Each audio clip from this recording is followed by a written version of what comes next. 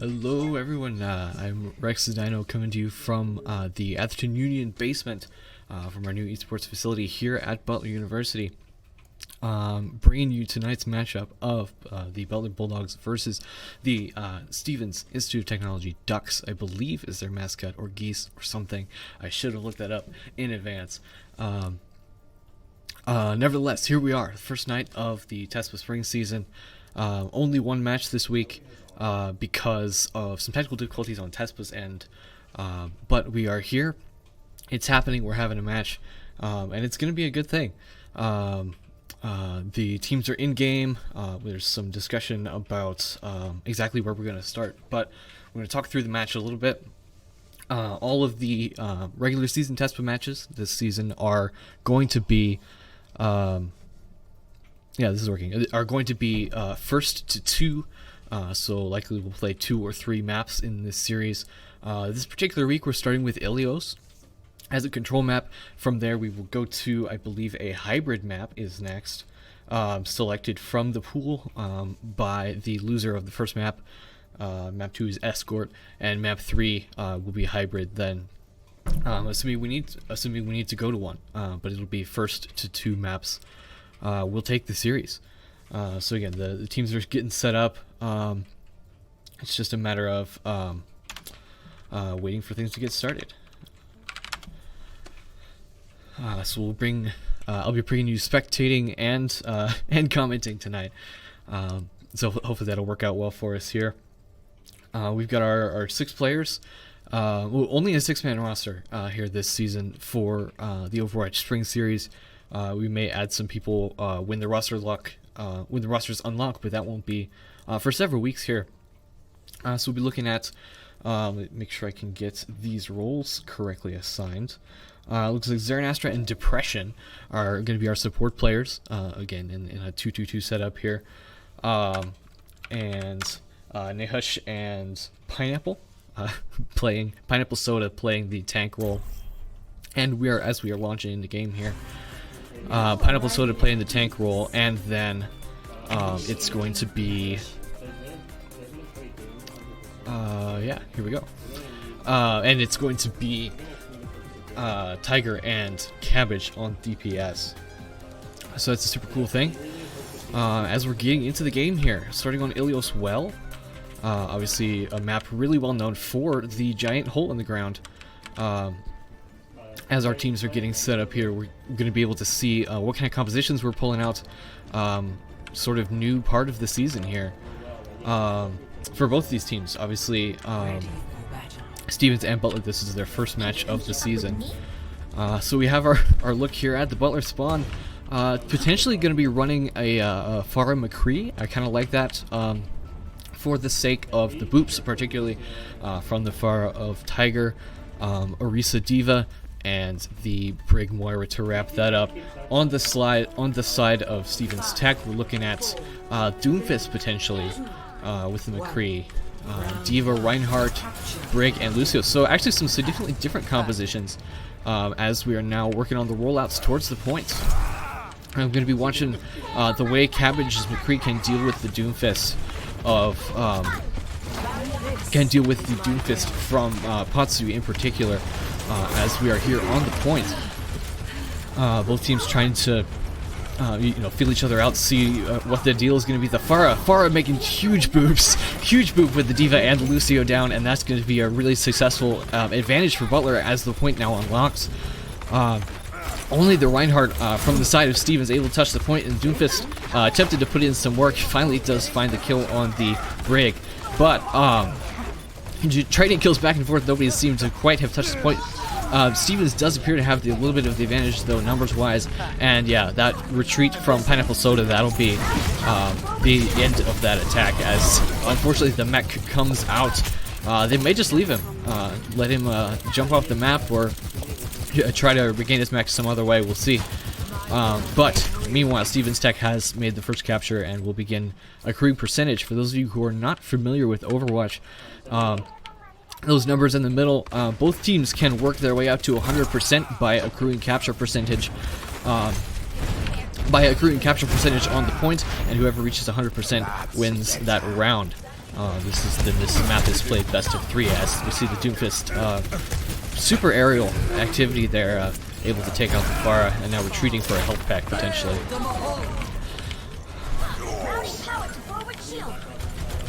The Coalescence comes out from Zaranastra just to try to approach the point here, but it's not quite what we're looking for here, as Steven's tech arrives all the way up to 50% here of this first point.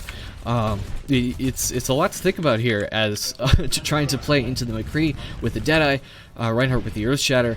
There's a lot of things to take care of as we can take a Pharah's eye view. You don't normally think of Doomfist as a really heavy Pharah counter, but when you have one as aerial as Quatsu seems to be, this is something we definitely have to think about here as he's taken down. And the high noon from McCree able to pull out several kills here in combination with the Coalescence, and that's going to be a pretty solid team wipe for Stevens. So we're looking at potentially one last fight or close to it here for Butler on Ilios well. Just to see what they're able to pull out here as we're looking at the Reaper swap from Cabbage to try to get something done here on the point. Obviously not super well known as a pick character necessarily, but the rally hopefully given the endurance that they need to be able to get into the point. So we're now dueling with the McCree. I like the duel here, but meanwhile there's also a kill from the self-destruct traded out, and the barrage comes out from Pharah. Unfortunately not super able to get very many kills though, but Butler still does have a presence on the point as we hop in on the Reinhardt that is just yes, the Doofus making short work of the Reinhardt here on point as overtime is ticking down. Butler trickling onto the point with Depression's Lucio coming on, and the Reaper isn't quite able to touch as Stevens is able to take the first points of Ilios.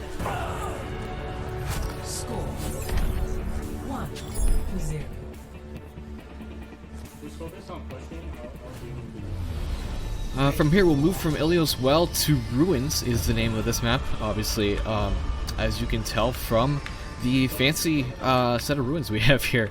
Really nice map for heroes like Widowmaker. Looks like we may see one from AA, who's playing the Doomfist last map. And a similar composition here from Butler on the Pharah Sombra. Pulling out the Baptiste here to combo with the Moira, as opposed to the Lucio, which is going to be an interesting thing. Let's see what Butler's able to do here on the rollout. Obviously, the Lucio speed here is something you're sacrificing. I expect Stevens to probably reach the point earlier, but again, it's a matter of what Butler's able to do with their position here. As Corey's Reinhardt going very aggressive, trying to push, even keep Butler from touching the point before it even unlocks. As we can see here, there's a pretty solid front line, and Stevens is able to start the capture almost immediately. Here, the Diva just sitting on point, just being a bully here, as already ticked up to about 10% here for Stevens as the point has just unlocked. A couple kills go their way too, and that ought to be a reset here from Butler as they're headed into potentially whatever will happen next. Obviously, we're looking at several ults already here, particularly from the side of Stevens. Obviously, we got the Moira Coalescence as well as the Doofus Meteor Strike, which can be used potentially for some kind of engage, but already we're seeing an uncontested Widowmaker is able to get some significant kills even here before Butler's even ready to engage properly. We already had a kill onto the Mercy. I think it was a Mercy from Depression that I think got swapped back to Baptiste, as we're just sort of engaging here with the Widowmaker Nova skin from StarCraft. But again, Butler trying to re-engage. The Pharah's really having to respect the Widow, which obviously is something you want to do as a Pharah player anyway, but particularly when you have a Widow like AA from this side of Stevens College. Excuse me, Stevens Institute of Technology. Trading the Earth Shatters, but it's not going Butler's way here in the point, as that's going to be another solid 4 kills. And that's a problem for when you're trying to engage here. Moira trying to build up another ultimate here, but the sights are out, and that's gonna be a huge disadvantage for Butler here, as Steven's tech is gonna be able to know exactly where all of our players are. Nobody's been able to touch the point in quite a while, and ticking up all the way to 92%, and that's almost gonna be it. Here, I don't know, is anybody even going to be able to touch? Here, we're getting up closer to 95, 98. It's going to be very close. Okay, it's the self-destruct from the D.Va that's able to do it, who's able to find nothing, unfortunately, with the self-destruct. But Depression with the Baptiste already on the point. Can anyone else touch? I don't see any Butler players who are able to do it, and that's going to be the countdown for a quick 2-0 of Steven's tech on Ilios. Again, that is only map 1, though. So we'll see how this goes exactly, but here, watch the play of the game from the Moira from Steven's tech.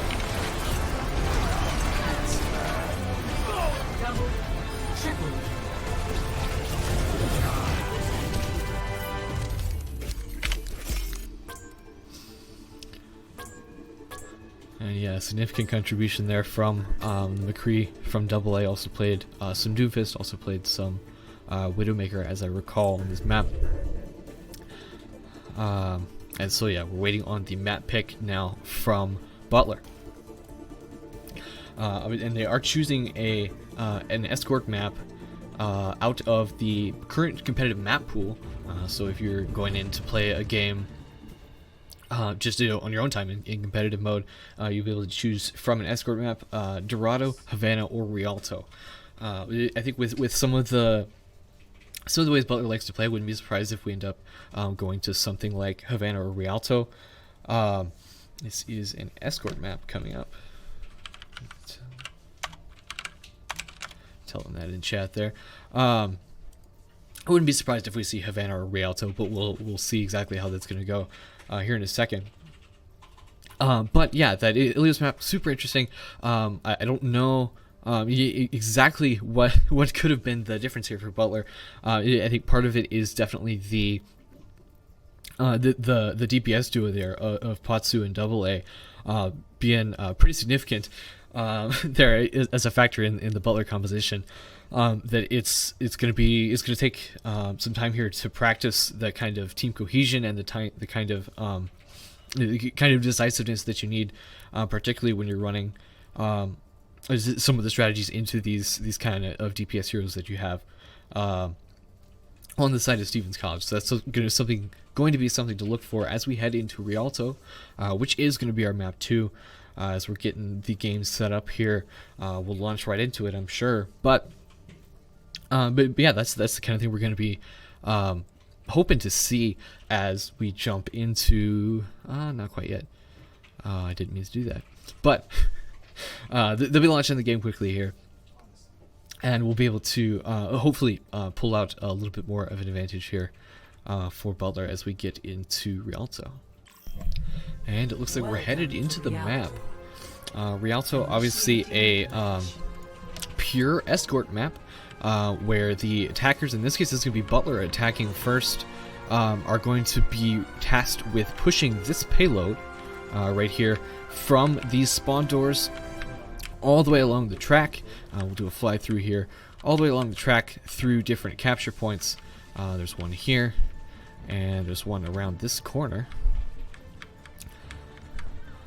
All the way through different capture points. There's 3 in total to try to complete the map here at the doors of the museum thing. I don't know how you call it exactly, but and we're watching here the Stevens defenders making the approach as close as they can get as well. So looking at the Reinhardt D.Va, Genji Hanzo, that's a super interesting DPS pick here that I'll be interested to see exactly how that ends up playing out. But we're looking at Genji Hanzo right now, and the Ana Brig for the support duo. Obviously going to be able to do some range stuff, but also with the flanking. The flanking here from the Genji, that ought to be an interesting thing to watch. Playing into, looks like Widow McCree from the side of Butler. So let's see how let's see the strategy we're looking at here as Widow is trying to take an angle But already the Sonic Arrow from AA, not only giving him vision of the opponent, but also taking out the players here. As that's a first push onto the payload that's rejected here from Butler. And the hard part here is going to be trying to get a touch out in the open when you're looking at a player like AA's Hanzo,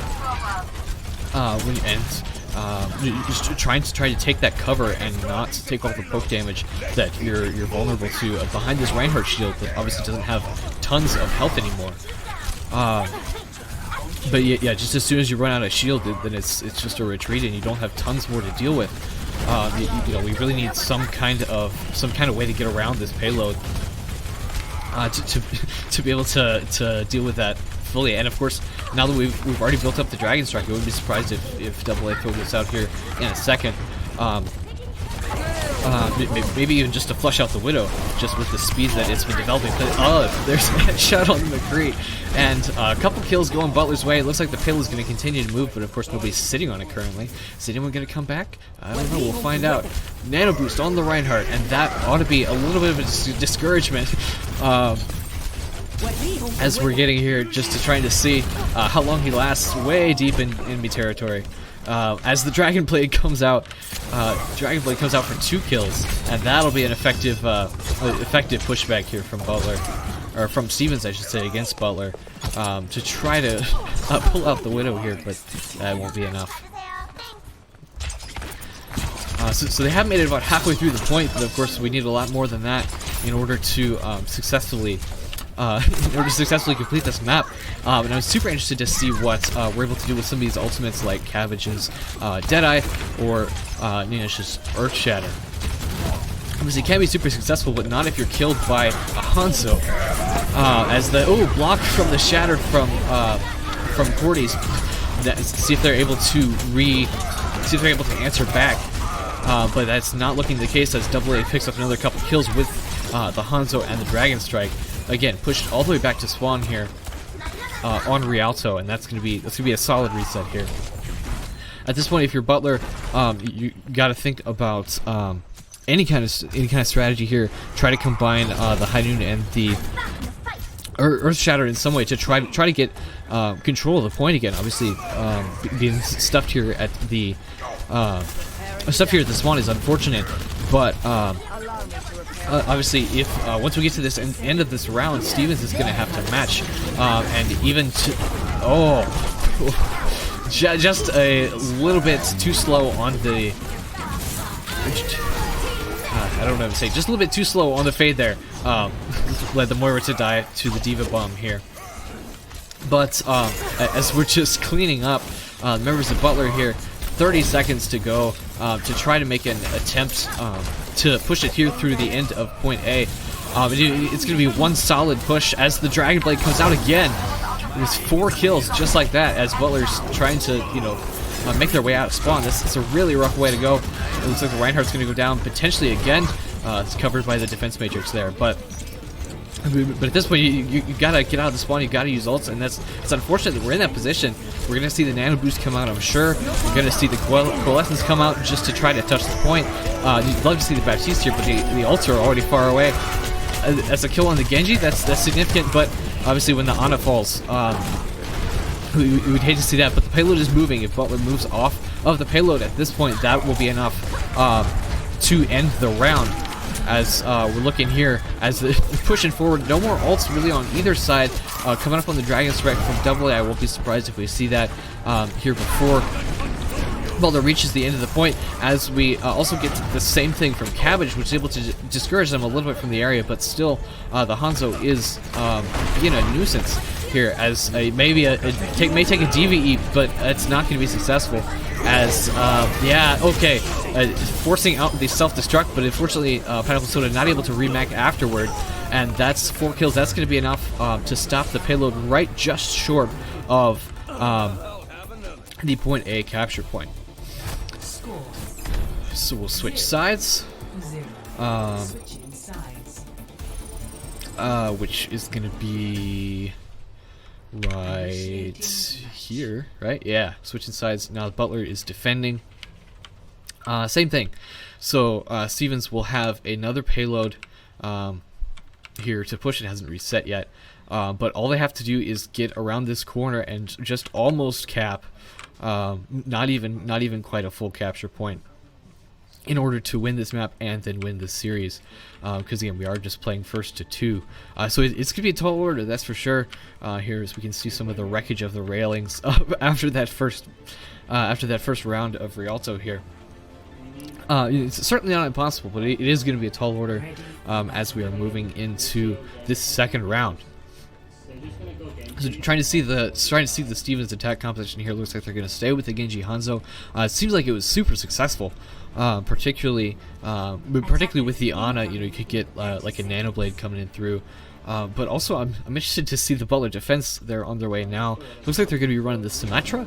The Symmetra Lucio, although we do have Sly Tiger not locked into a hero yet, so I'm interested to see what she'll be able to pull out on the DPS role there. But the Symmetra is super interesting. Obviously, you want to keep that a surprise as much as you can. I don't know why Tiger is not on a hero yet. That's a little concerning. Finally selects Safara, but Butler's going to be underhanded on this first map. I don't know if that's something that was intentional or not, but here, Rizzo Reinhardt coming through, trying to get a hook onto the, or off, I should say, of the bridge, but that's not successful. The Orisa shield is just melted from then a flank nade from the Ana on the side of Stevens Tech, as Butler's getting further and further back.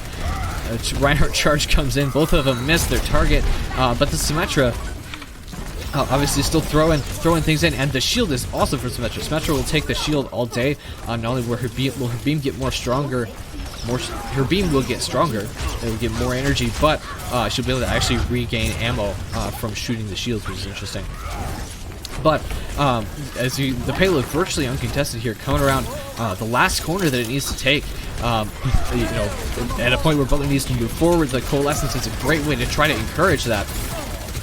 But of course, Moira is stunned out of it, which is unfortunate. But keeping her team healed up, as we have the Nano Blade coming through.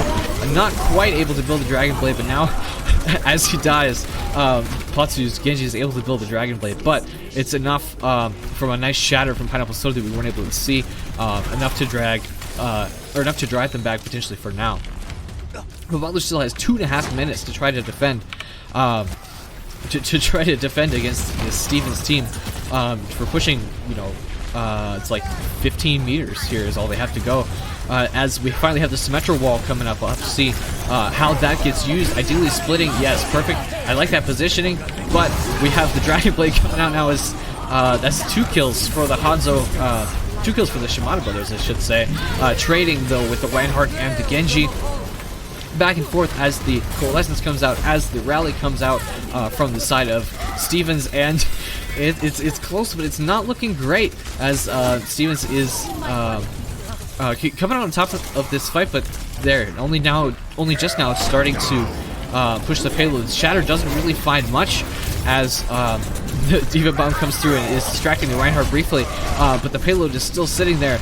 Back and forth, trading kills. Butler's Reinhardt goes down, and as does the Symmetra. The only player left alive here is Navish on the Diva, and the Lucio is Zarin Astra as the Dragon Strike comes in. How long can Lucio stall? How long can he stay alive? Not very long, and nobody is able to touch, and that's going to be the end of this map. As Stevens Tech takes the second win here in this series, which is going to be enough to take the series. Sure enough, it's going to be a 2-0 here for Stevens Tech.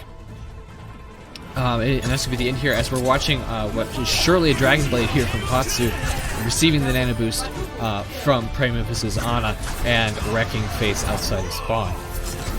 So it's not the way you want to see it for sure.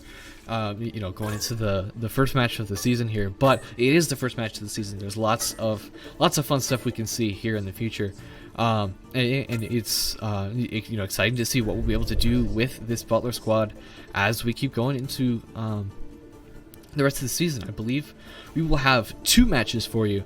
Let's get back into this thing here. I believe we'll have 2 matches for you coming up next week. 2 matches at least, obviously because of the weirdness that happened this past week with Tespa. But we'll have at least 2 matches for you coming in next week. Good game again to Stevens here as they take the series 2-0 over your Butler Bulldogs.